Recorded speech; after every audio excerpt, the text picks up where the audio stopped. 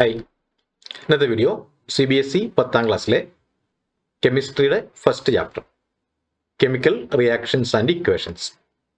ഈ ചാപ്റ്ററിലെ text book എക്സസൈസിലെ 13th ക്വസ്റ്റ്യൻ മുതലാണ് 13ാമത്തെ ക്വസ്റ്റ്യൻ മുതലാണ് ഇന്ന് ചെയ്യുന്നത്. മുമ്പുള്ള ക്വസ്റ്റ്യൻസ് കഴിഞ്ഞ വീഡിയോയിൽ ചെയ്തിട്ടുണ്ട്. 13th question, what is the difference between displacement and double displacement reactions? Right equations for these reactions. Displacement reaction. In this reaction, an element which is more reactive displaces the other element which is less reactive from its salt solution. Displacement reaction le more reactive ആയിട്ടുള്ള ഒരു element less reactive ആയിട്ടുള്ള മറ്റൊരു എലമെന്റിനെ അതിന്റെ salt സൊല്യൂഷനിൽ നിന്നും displace ചെയ്യുന്നു. ഒരു example എഴുതാം. Fe iron plus CuSO4 copper sulphate. അപ്പോൾ കോപ്പർ സൾഫേറ്റ് സൊല്യൂഷനിലേക്ക് ഒരു അയൺ, നമ്മൾ മുമ്പ് ഒരു ക്വസ്റ്റ്യനിൽ പറഞ്ഞിട്ട് കോപ്പർ സൾഫേറ്റ് സൊല്യൂഷനിൽ അയണിൽ ഇട്ടാൽ സംഭവിക്കുന്നത് അത് തന്നെ ഇതിന് എക്സാമ്പിളാണ്. Iron plus copper sulphate gives FeSO4, അയണിന്റെ സൾഫേറ്റ് ഫെറസ് സൾഫേറ്റ് ആയിട്ട് മാറും, പ്ലസ് Cu കോപ്പർ. ഇവിടെ കോപ്പറിനെ ഡിസ്പ്ലേസ് ചെയ്തു, കോപ്പറായിട്ട് മാറി. കോപ്പർ സൾഫേറ്റ് സൊല്യൂഷനിൽ നിന്നും കോപ്പറിനെ മാറ്റി പകരം അയൺ വന്നു. Copper sulphate solution ferrous sulphate solution ആയിട്ട് മാറുന്നു.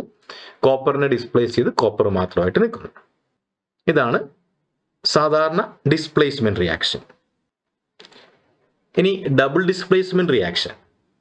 In this reaction exchange of ions between two reactants takes place. അപ്പോൾ ഫസ്റ്റ് റിയാക്ഷനിൽ copper sulphate solution ferrous sulphate ആയിട്ട് മാറുന്നു, കോപ്പർ ഇവിടെ തന്നെ നിൽക്കുന്നു. ഇതിൽ കോപ്പർ തന്നെ നിൽക്കുന്നില്ല, കോപ്പറിനും വേറൊരു എലമെന്റുമായിട്ട് റിയാക്ട് ചെയ്യാൻ പറ്റുമെങ്കിൽ അപ്പം അതിന് പറ്റുന്ന ഒരു എക്സാമ്പിൾ, നമുക്ക് ഡബിൾ ഡിസ്പ്ലേസ്മെന്റ് റിയാക്ഷൻ്റെ ഒരു എക്സാമ്പിൾ എഴുതാം.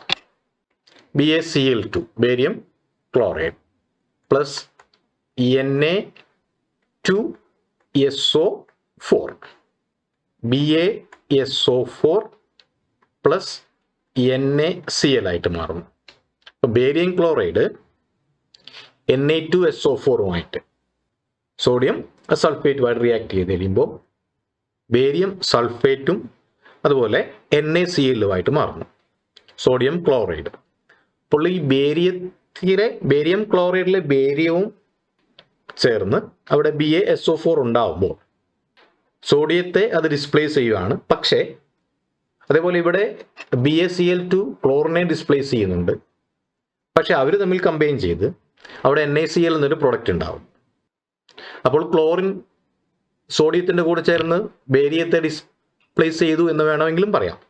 ബേരിയം സൾഫേറ്റിൻ്റെ കൂടെ ചേർന്ന് സോഡിയത്തെ ഡിസ്പ്ലേസ് ചെയ്തു എന്ന് വേണമെങ്കിലും പറയാം. അപ്പോൾ ഇവിടെ ബേരിയവും സൾഫേറ്റും ചേർന്നിട്ട് ഒരു പ്രൊഡക്റ്റ് ഉണ്ടായി. അപ്പോൾ അവിടെ പക്ഷേ ആ സമയത്ത് തന്നെ ഈ സോഡിയവും ക്ലോറിനും ചേർന്ന് മറ്റൊരു പ്രൊഡക്റ്റ് ഉണ്ടായി. ഇവിടെ exchange of ions between two reactants takes place. ഈ രണ്ട് റിയാക്ടൻ്റെയും അയൺസിനെ എക്സ്ചേഞ്ച് ചെയ്ത് അവിടെ മറ്റ് രണ്ട് പുതിയ പ്രൊഡക്റ്റ് ഉണ്ടാവുന്നു. ഇവിടെ ഫസ്റ്റ് എക്സാമ്പിളിൽ കോപ്പറിനെ ഡിസ്പ്ലേസ് ചെയ്ത് കോപ്പറിന് വേറെ പ്രൊഡക്റ്റ് ഉണ്ടാവുന്നില്ല, കോപ്പർ മാത്രമായിട്ട് നിൽക്കുകയാണ്. അതാണ് സാധാരണ ഡിസ്പ്ലേസ്മെന്റ് റിയാക്ഷൻ. ഇവിടെ ക്ലോറിനും സോഡിയവും ചേർന്ന് സോഡിയം ക്ലോറൈഡ് എന്നൊരു പ്രൊഡക്റ്റ് വേറെ ഉണ്ടാവുന്നു. അതുപോലെ ഈ ബേരിയവും സൾഫേറ്റും ചേർന്ന് വേറൊരു പ്രൊഡക്റ്റ് ഉണ്ടാവുന്നു. അപ്പോൾ ഇതിൻ്റെ അയൺസ് തമ്മിൽ എക്സ്ചേഞ്ച് ചെയ്യുന്നു.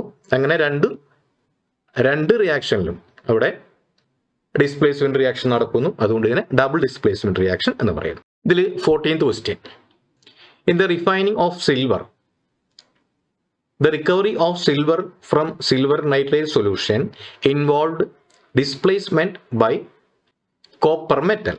Write down the reaction involved. When copper is mixed in silver nitrate solution,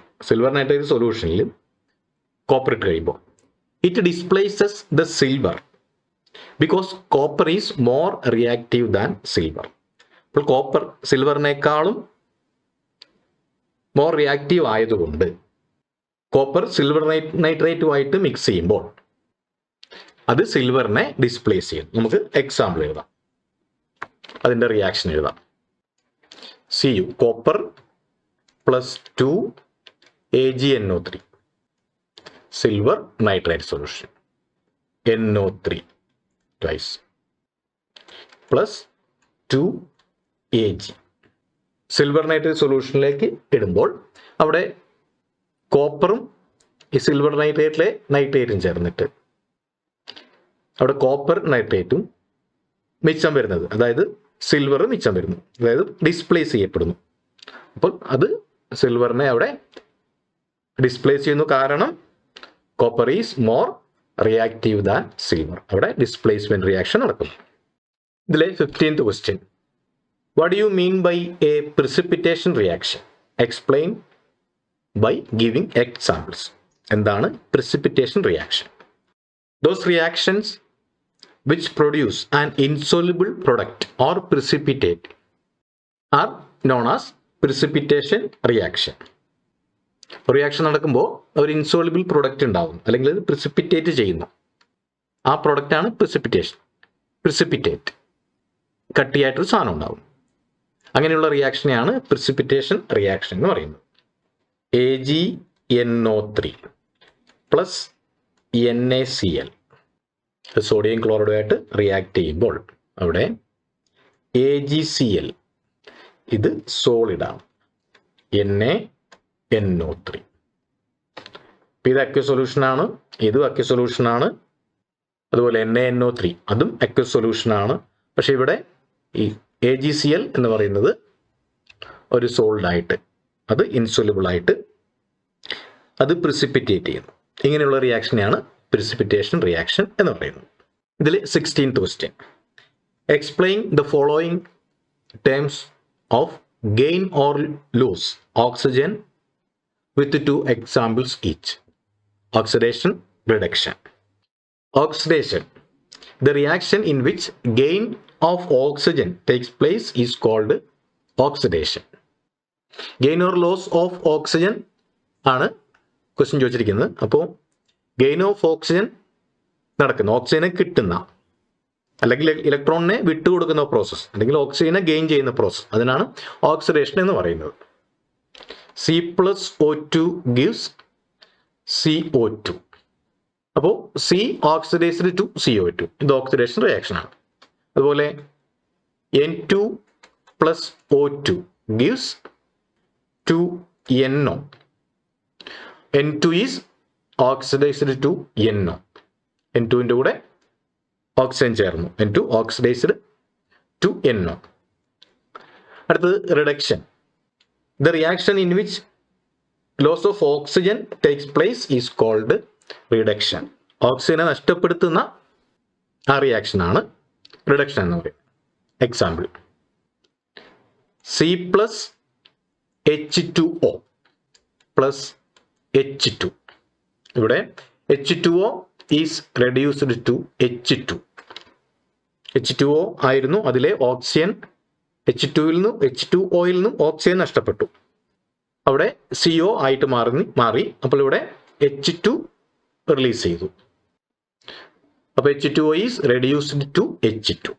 അടുത്ത എക്സാമ്പിൾ, CuO plus H2 gives Cu plus H2O. ഇവിടെ CuO ഈസ് റെഡ്യൂസ്ഡ് ടു CuOയിൽ നിന്നും ഓക്സിജൻ പോയി, അത് Cu ആയിട്ട് മാറി. അപ്പോൾ H2ന് ഇവിടെ H2O ആയിട്ട് മാറുന്നുണ്ട്. അപ്പോൾ നമ്മൾ റിഡക്ഷൻ പറയുന്നത് കൊണ്ട് ഇതിൽ നടക്കുന്ന ഓക്സിഡേഷൻ വലിയ പ്രാധാന്യമില്ല. അപ്പോൾ ഇവിടെ CuOയ്ക്ക് റിഡക്ഷൻ സംഭവിച്ചു, Cu ആയിട്ട് മാറി. CuO is reduced to Cu. ഇതാണ് ഓക്സിഡേഷൻ്റെയും റിഡക്ഷൻ്റെയും ഓരോ 2 എക്സാമ്പിൾ വീതം.